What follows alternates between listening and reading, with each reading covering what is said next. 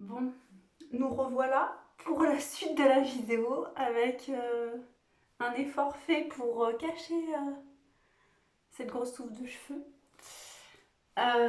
Voilà, bon bah on est dans mon bureau avec toutes mes plantes. D'ailleurs j'en ai plein d'autres mais ça rentrait plus. Donc pour finir sur le quotidien de l'endométriose et sur les petites surprises qu'on peut avoir le matin en se levant. Euh, Comme la plupart des gens, bah, on organise nos journées, on organise tout ce qu'on a à faire et il y a beaucoup d'imprévus et il faut s'armer de patience pour accepter tous ces imprévus et pour assumer la douleur. Dans ces changements au quotidien, on reporte beaucoup de choses, je trouve. Je sais pas, j'avais plein de projets en parallèle de mon travail et de ma vie de famille. Et, euh, et on reporte toujours. Voilà, j'avais des peintures à faire, j'ai reporté. J'ai encore des petits meubles là, comme je fais. Mes petits tabourets repeints. J'en ai encore plein qui sont dans le garage en attente. On reporte parce que en fait, dès qu'on va mieux, enfin moi en tout cas, j'essaye de faire au maximum des choses pour mon fils, pour mon mari, pour moi, mais des choses voilà, qui sont finalement que tout le monde fait au quotidien sans s'en rendre compte. Je veux dire, les courses, la cuisine, le ménage, des choses toutes bêtes, mais voilà, qui prennent du temps et de l'énergie et qu'on n'a pas forcément quand on se tape des grosses crampes au ventre.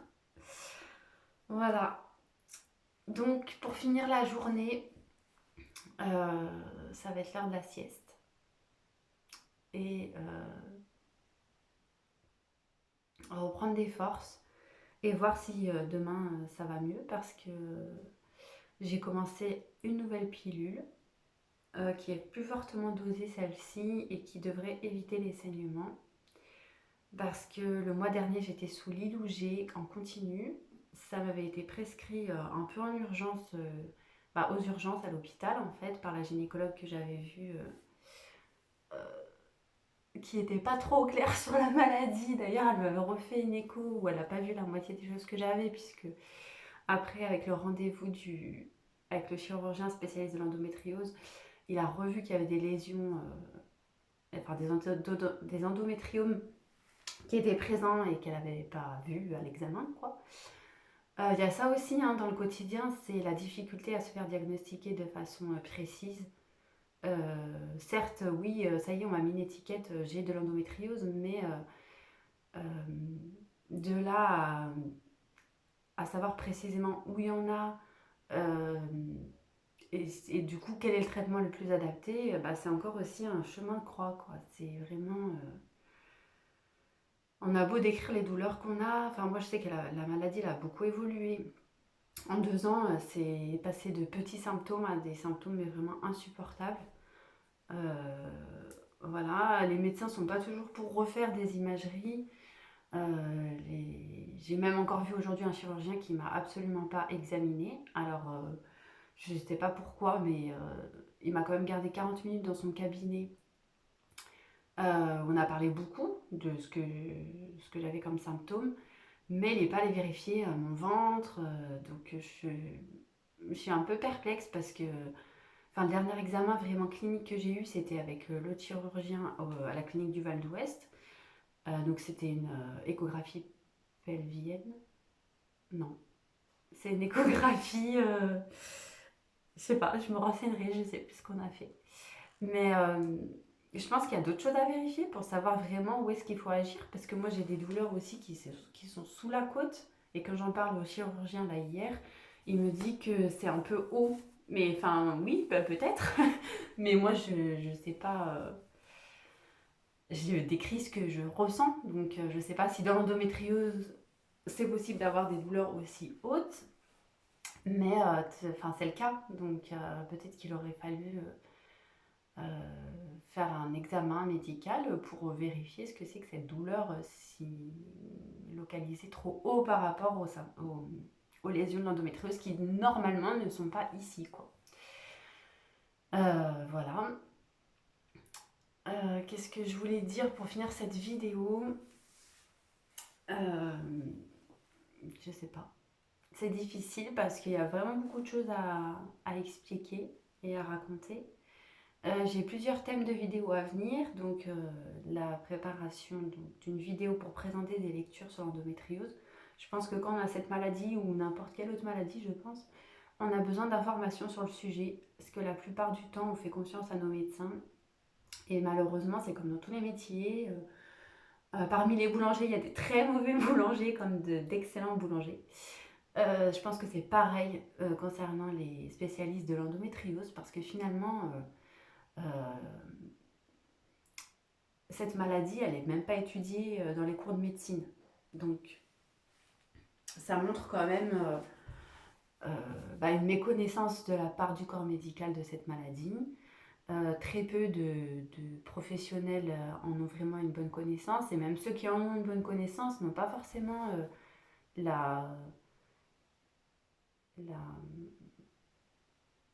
Enfin, comme il n'y a pas eu assez d'études, ils ne savent pas vraiment quel traitement serait le plus efficace, sachant qu'il y a des endométrioses et pas qu'une seule. Selon les filles, les vidéos que j'ai pu voir, on n'a pas les mêmes symptômes, on n'a pas les mêmes douleurs, on n'a pas les mêmes effets ressentis avec le même médicament. Donc déjà rien que ça, c'est compliqué. Moi là, quand j'ai vu le chirurgien hier, il m'a dit bon bah très bien, vous avez essayé la moitié des traitements hormonaux qui existent, donc je vous conseille la chirurgie. Alors là, j'ai dit ah bon, la moitié? Bon bah il nous reste une autre moitié à essayer, on y va, gauche, je suis partante. Ah, et bah là, du coup, quand j'ai dit ça, il s'est dit ah non, bah en fait, vous avez essayé 90% des traitements hormonaux qui existent. Ah, voilà, on est avec des scientifiques, il faut parler précisément. Euh, Moi, je suis prête à essayer, s'il faut essayer 20 pilules, je veux essayer les 20 pilules.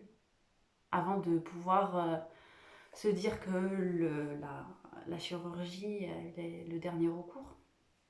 Il y a aussi la difficulté à se dire, est-ce que le chirurgien me propose une chirurgie parce qu'il est chirurgien et que lui, bah, son métier, c'est d'opérer? Ou est-ce qu'il me propose une chirurgie parce qu'effectivement, mon cas relève d'une opération chirurgicale qui est urgente et nécessaire? Voilà, il y a ça aussi. Donc c'est difficile de faire son choix. J'ai vu pas mal de vidéos de filles qui voilà, se sont lancées dans la chirurgie et qui le disent elles-mêmes, regrettent parce qu'elles sont allées un peu tête baissée en faisant confiance aux médecins, sans chercher, sans savoir où chercher déjà, c'est la première difficulté, chercher quels sont les avantages et les inconvénients de faire une chirurgie, et comment améliorer son quotidien si au finalement c'est pire. Bon, est-ce qu'on n'est pas prête à supporter des douleurs plutôt que s'en créer de nouvelles? Je pense que c'est important voilà, de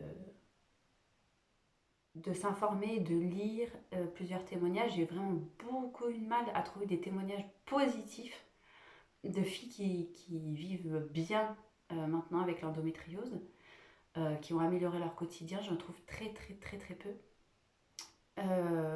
Voilà, en cherchant, j'ai aussi découvert des théories sur les causes de la maladie. Et c'est vrai qu'on en parle très peu, il y a très peu de médecins qui m'en ont parlé, je crois que j'en ai eu deux.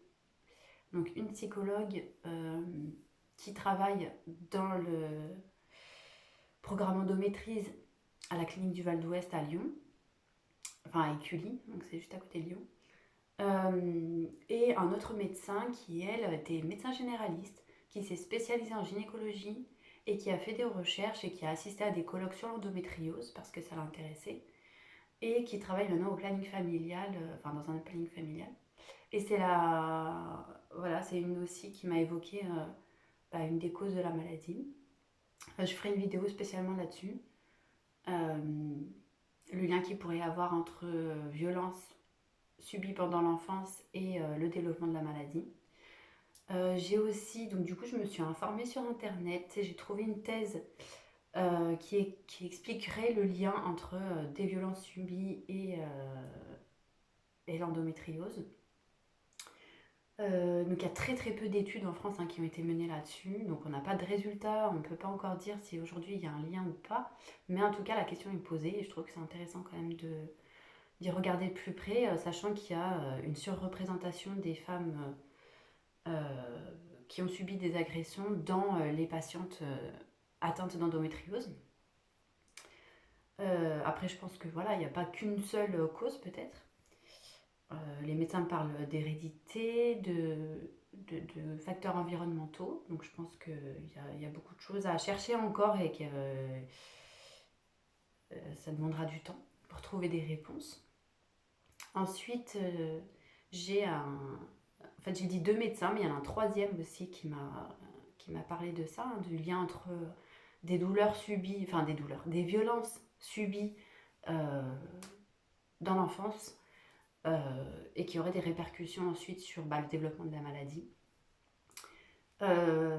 Et donc lui, c'était un médecin spécialisé dans l'endométriose, mais en médecine chinoise. Donc j'ai vraiment tout essayé. Je ferai une vidéo sur mon parcours, sur les médicaments que j'ai essayés, sur les effets positifs ou négatifs sur mon corps. Tous les corps de métier médical, on va dire, que j'ai pu tester. Voilà. Si ça peut vous apporter des conseils, des idées aussi et du soutien. Voilà. Eh ben, merci beaucoup et à bientôt pour la prochaine vidéo.